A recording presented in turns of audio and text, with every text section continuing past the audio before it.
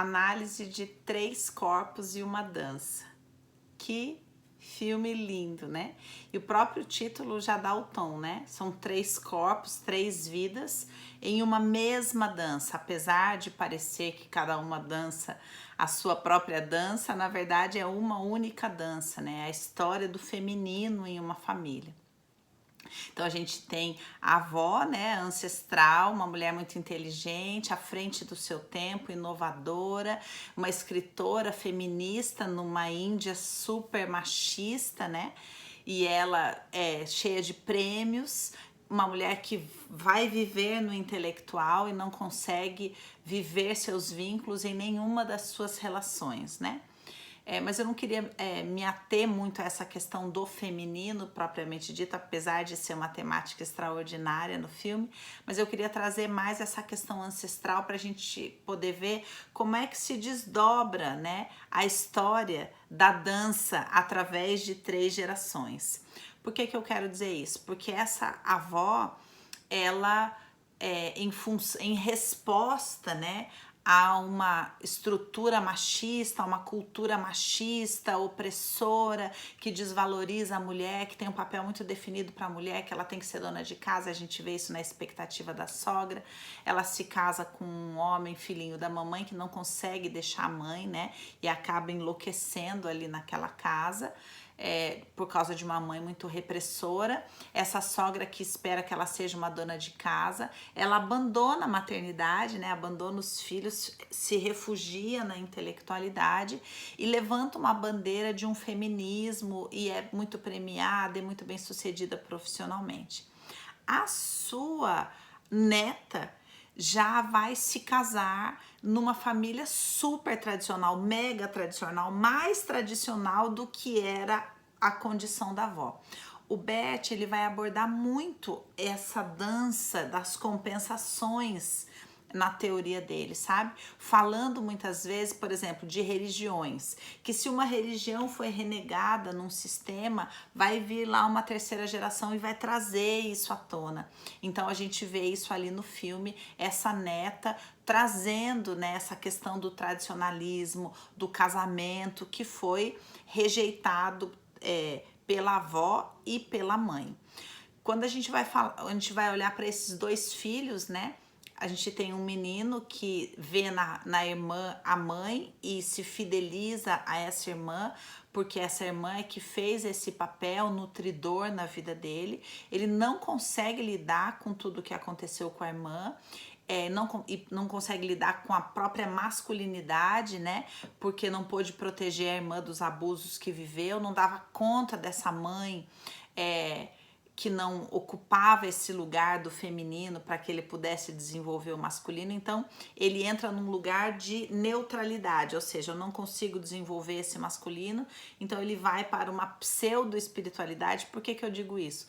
Porque é uma espiritualidade de negação, né? A gente vê isso muito claro quando o moço o repórter, né, o escritor que está fazendo a biografia, vai entrevistar ele e ele não responde nada pessoal, ou seja, ele tem uma postura de eu não tenho mais história, ele responde com as falas da sua crença, da sua religião, porque ele teve que se desconectar da própria alma, porque ele não deu conta dessa história de vida. Aqui também eu quero trazer um aspecto de Jung bem importante, que Jung diz assim, que o processo da individuação, ou seja, o processo de se desenvolver uma identidade independente dessa história parental, vai tomar 2 caminhos, o da sexualidade ou da espiritualidade.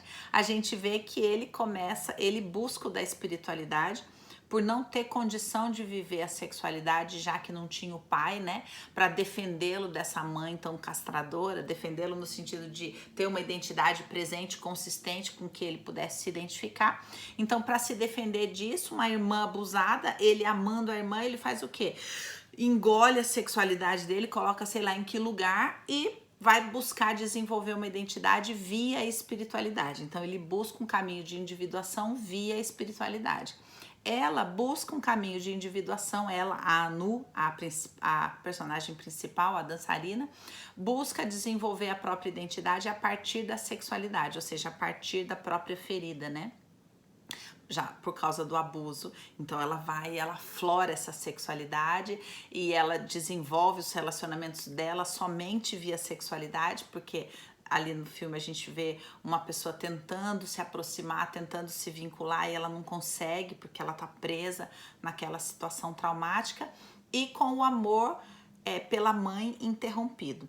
Veja que quando a gente fala de amor interrompido, a gente está falando de pedido de amor interrompido. Então, todo o desejo que ela tinha de que a mãe olhasse para ela ficou congelado. E aí o amor dela fica interrompido. É como se fosse uma respiração que... E aí ela segue o resto da vida dela com essa respiração suspensa. Isso é o amor interrompido, é o pedido de amor interrompido, né? Ela queria tanto essa mãe, esse cuidado da mãe, essa proteção da mãe. Ela tava com tanta raiva dessa mãe ter ido viver a vida dela e ter deixado ela passar por aquilo que ela passou, que foi o abuso, que ela desenvolve uma identidade raivosa, provocadora, né? Então ela insiste em provocar, em desafiar, em xingar, numa cultura em que isso era...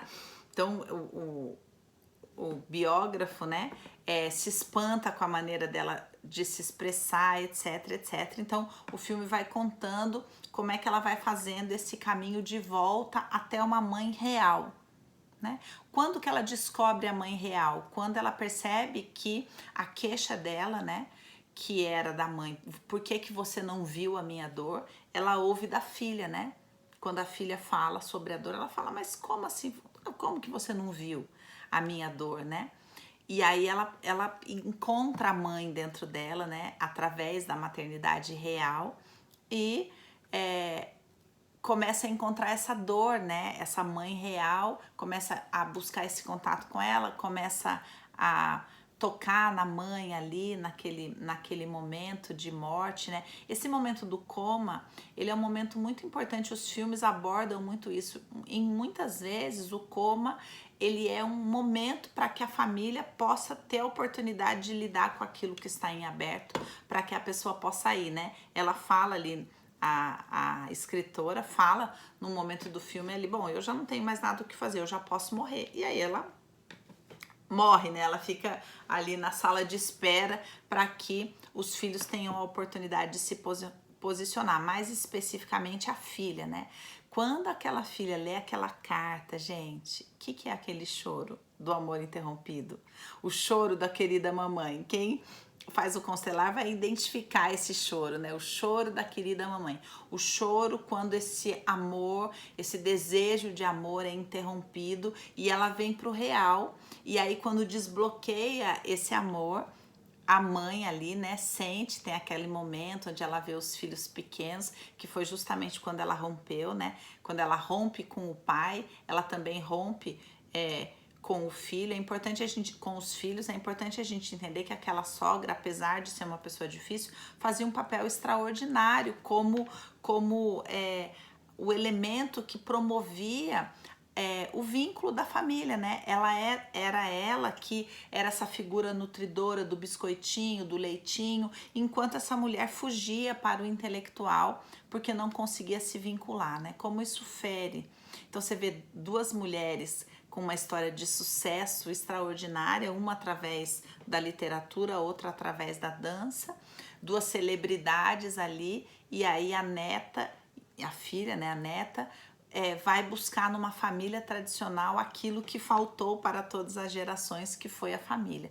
Então é um filme para a gente pensar bastante, né, sobre essa questão das prioridades, né, de como um feminino ferido nos leva para esse lugar da racionalização, da intelectualidade, da vida profissional, que marcas profundas isso não deixa na nossa família, nos nossos filhos, né? Nós que somos mães temos a oportunidade de pensar, será que não estou perdendo a medida do quanto o trabalho está ocupando de espaço, né? Num momento onde vai ser irreversível, né? Onde eles estão formando identidade. Eu acho que esse é um ponto muito importante para a gente pensar como mãe. E um ponto importante para a gente pensar como filha, né? É a liberação desse amor através daquela carta, né? Quando você assiste o filme, você acha, cada um com as suas questões, você acha essa carta que toda filha gostaria de receber, né? Que é uma carta simples que diz, eu sinto muito. Eu acho que essa fala cura todas as coisas. Toda filha gostaria que a mãe pudesse simplesmente olhar e falar: eu sinto muito. Então eu espero que tenha tocado aí o seu coração e haja liberação desse fluxo do amor aí na sua família, na sua relação com a sua mãe, na sua relação com seus filhos.